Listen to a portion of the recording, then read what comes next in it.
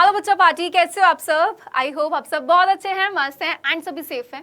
Start करेंगे आज के सेशन को। बहुत ही ज़रूरी सेशन है एंड आज के सेशन में आपको पता लगेगा कि क्या स्ट्रेटजी फॉलो करके आप अपने हाफ ईयरली एग्जाम में 95 प्लस स्कोर कर सकते हो। ठीक है, तो बहुत सारे बच्चे हैं जिनके हाफ ईयरली एग्जाम चल रहे हैं, जिनके आने वाले हैं, तो सभी के लिए फ़ायदेमंद रहेगा। तो सबसे पहली चीज़, जैसे कि जो मेन चीज़ होती है, कुछ बच्चे क्या करते हैं, जो जिसको टॉपर बनने का होता है स्टार्टिंग से, अरे मैम टॉप करना है, तो वो स्टार्टिंग से ही पढ़ते हैं, है ना। तो जो बच्चे स्टार्टिंग से पढ़ रहे हैं उनको तो मुझे नहीं लग रहा शायद कोई दिक्कत आ रही होगी, बट कुछ बच्चे ऐसे हुए हैं जिन्होंने कुछ नहीं पढ़ा है ना, कुछ भी नहीं पढ़ा है स्टार्टिंग से, बिल्कुल जब एग्जाम पास में आते हैं तब वो जागते हैं। तो जो पढ़ रहे थे स्टार्टिंग से या जिन्होंने नहीं पढ़ा है, तो सभी के लिए काम आने वाला है। और आप किसी भी क्लास के हो तो कोई दिक्कत वाली बात नहीं है, आप बिल्कुल इन स्ट्रेटेजी को फॉलो करके क्या कर सकते हो, अपने एग्जाम बहुत अच्छे से दे सकते हो। ओके, चलिए तो सबसे पहले जानेंगे क्या ज़रूरी है। देखो, सबसे पहले ज़रूरी होता है हमारा टाइम टेबल, है ना। क्या ज़रूरी होता है? टाइम टेबल ज़रूरी होता है। तो टाइम टेबल बनाना बहुत ज़्यादा ज़रूरी है। क्यों? क्योंकि इससे क्या होता क्या है कि कभी कभी हम एक ऐसा टाइम टेबल बना देते हैं, हम फॉलो नहीं कर पाते। हम बहुत बच्चों ने बनाते थे, सुबह 6 बजे उठेंगे, ये करेंगे, रात के सोने तक का टाइम टेबल होता था, बट उसको फॉलो कोई नहीं कर पाता है। तो एक ऐसा टाइम टेबल बनाना है जिसको आप फॉलो कर पाओ। मैं हमेशा कहती हूँ, पढ़ने का कोई टाइम नहीं होता, सुबह पढ़ो, रात को पढ़ो, जब मन करो उस टाइम पढ़ने बैठ जाओ। ठीक, तो आपको क्या करना है कि आपको अपना टाइम टेबल बनाना है। कैसे? फॉर एग्जाम्पल, आपका अभी एग्जाम चल रहा है या फिर आने वाले हैं, तो आपको देखना है कि आपके पास दिन कितने बचे हुए हैं। ठीक है, उतने दिनों को गिनो। फॉर एग्जाम्पल, आपके पास बचे हैं 15 दिन, तो टाइम टेबल जो बनाना है अपना, आपको वो 15 दिन को देखकर बनाना है कि भाई मेरे पास अभी 15 दिन है और मैं क्या करूंगा, अपना टाइम टेबल इसके अकॉर्डिंग बनाऊंगा। अब शायद आप में से कुछ बच्चे ऐसे हैं जो सुबह उठकर पढ़ते हैं, कुछ ऐसे हैं जो भाई रात को बहुत देर तक पढ़ते हैं। तो किसी को कॉपी नहीं करना है, जिस टाइम आप पढ़ पाते हो उस टाइम पढ़ो। अगर आप सुबह जल्दी उठते हो तो सुबह 5 से 7 का टाइम जो होता है वो बहुत अच्छा होता है एंड उस टाइम आप जो भी चीज़ें याद करते हो, समझते हो, बहुत लंबे समय तक आपको याद रहती हैं। तो ट्राई करना कि सुबह आप उस सब्जेक्ट को करो जो याद करने का है, जैसे सोशल साइंस हो गया, इसको कर सकते हो, है ना।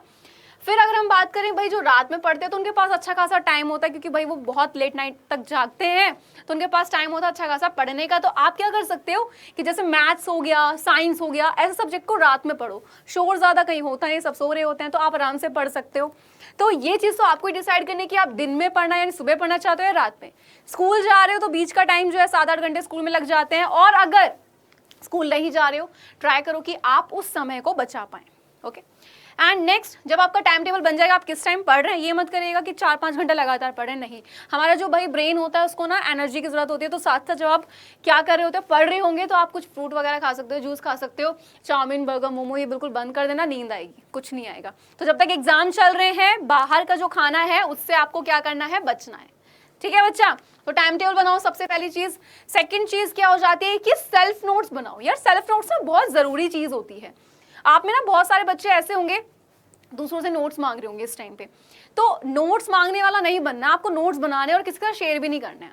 कहते हैं कि बनाओ अपने नोट्स, शेयर कर दो बच्चों के साथ, हेल्प करनी चाहिए दूसरों की, बट यहाँ पे कोई हेल्प नहीं करनी चाहिए। कभी अपने प्लान्स वगैरह किसी के साथ शेयर मत करना, ये रूल बना लो लाइफ में। ठीक है, तो जो भी आपके बेटा यहाँ पे नोट्स है ना, ये आप खुद से बनाओ, ट्राई करो। अब आप बोलोगे मैम नोट्स बनाने को टाइम ही नहीं है, बट कुछ ने बना रखे होंगे। तो जिनके पास टाइम नहीं है, ट्राई करो कि जो जो चीज़ें आप पढ़ते जा रहे हो, साथ साथ जो आपने टाइम टेबल बनाया है, अगर आप जो भी सब्जेक्ट पढ़ रहे हो उन पॉइंट्स को आप लिखते हुए चलो, है ना। डिटेल में नोट जरूर बनाना, डिटेल के साथ साथ आप शॉर्ट नोट्स भी बनाना। शॉर्ट नोट्स जो होते हैं वो हमें हेल्प करते हैं, अभी जैसे एग्जाम आपके चल रहे हैं ना, मिड टर्म्स, तो इनमें बहुत ज़्यादा हेल्प करते हैं शॉर्ट नोट्स। साथ ही साथ आप जो चीज़ें, भाई जैसे एक लॉन्ग क्वेश्चन है, अब कैसे याद करें, कहीं कुछ पॉइंट भूल गए, तो अपना एक फ्लो चार्ट बना लो। ये बहुत सही चीज होती है कि आप जब बेटा अपना फ्लो चार्ट बनाते ना, कि एक इतना बड़ा टॉपिक और इतने छोटे से पार्ट पे खत्म कर दिया, उससे होता क्या है कि जब हम एग्जाम में ये बोलते हैं ना कि अरे क्या लाइन थी यार, याद नहीं आ रही है, तो वो आप चीज जो होगी वो आपके साथ नहीं होगी। आप उन चीजों को याद रखने में आसान रहोगे। अपने फ्लो चार्ट बना, आपको पता होगी भाई नेक्स्ट पॉइंट ये लिखना है, नेक्स्ट पॉइंट ये लिखना है, तो डिटेल में आप वैसे लिख पाओगे, है ना। लेकिन अगर एक वर्ड भूल गए तो पूरा आंसर भूल जाते हो। तो डिटेल में तो नोट्स बनाने ही हैं और शॉर्ट में ही बनाने हैं। अगर आप स्टार्टिंग से पढ़ रहे हैं, डिटेल में है, तो शॉर्ट नोट्स बनाओ एग्जाम के टाइम पे। और अगर आपने स्टार्टिंग से कुछ नहीं पढ़ा है, जो इंपॉर्टेंट चीज है उन्हीं को पढ़ो, बार अपनी कॉपी पे लिखो और एक शॉर्ट नोट बना लो, ताकि आपको आगे भी हेल्प करें एग्जाम में। ठीक, नेक्स्ट है रिवीजन। ये बहुत ज्यादा जरूरी होता है यार। ठीक, रिवीजन ऐसे काम करता है जैसे सब्जी में घी डाल के टेस्ट आता है ना, वैसे ही काम करता है। आप सोचो अगर आपको कोई एक ताना मारता है, आप कहते हो याद हो गया ताना, ये तो यही लाइन बोलने वाले हैं ना। तो वैसे ही रिवीजन होता है कि भाई जब हम पढ़ते हैं ना एक चीज को बार बार दोहरा रहे हैं तो वो हमें याद होना स्टार्ट हो जाता है। अब कुछ चीजें जब आपको याद नहीं होती ना तो अपना एक हैबिट बना लो, जैसे एक लाइन है आपको याद नहीं हो रही, सुबह से लेकर शाम तक बोलते रहो, ठीक है। ये नहीं कि हर जगह उसी लाइन को बोल रहे हो, अकेले बैठे हो उस लाइन को बार बार बोलो, मन मन में नहीं, जोर से बोलो, आपको खुद से याद हो जाएगी, ठीक। और जो चीज पढ़ लिया ये आलस बिल्कुल मत लाना कि अरे मैम हमने तो पढ़ लिया है, क्यों पढ़े बाद में, बच्चों को बहुत ज्यादा हो जाता है ये टॉपिक तो पढ़ लिया क्यों बार बार पढ़ूं, वो चीज अपने अंदर नहीं आने देनी है। अगर एक टॉपिक पढ़ लिया उसको बार बार क्या करना है, रिवाइज करना है, रिवीजन करते रहो, उसका भी फायदा तुम्हें एग्जाम में दिखेगा, क्योंकि जब आप एग्जाम में बैठोगे तो आप सारे पॉइंट्स लिखते चले जाओगे, आपको किसी की तरफ देखने की जरूरत नहीं है, कि इससे कुछ पूछने की जरूरत नहीं पड़ेगी, ठीक है।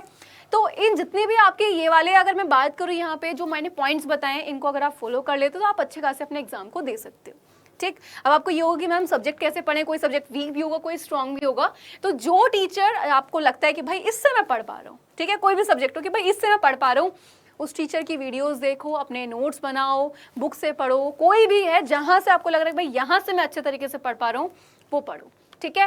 एंड पूरी चीजें मत देखो, अभी सिर्फ इंपॉर्टेंट चीज देखनी है, अगर समय ज्यादा है तो अच्छे से डिटेल में पढ़ लो, बट अगर समय ज्यादा नहीं है तो सिर्फ शॉर्ट नोट्स बनाओ एंड अच्छे से अपने एग्जाम में दो। यानी कि एग्जाम में आपको एक चीज और बता रही है, एग्जाम में डिटेल में लिखना होता है, वहां पे शॉर्ट नोट्स काम नहीं करते हैं।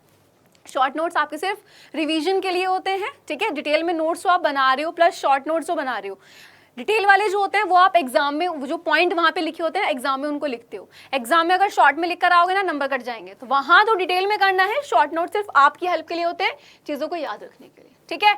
तो सभी को ऑल द बेस्ट आपके एग्जाम के लिए, और जो मैंने बताए हैं पॉइंट्स इनको ध्यान में रखना और अपने एग्जाम अच्छे से देना। मिलते हैं जल्दी ऐसे एक न्यू सेशन में, तब तक के लिए bye bye and take care.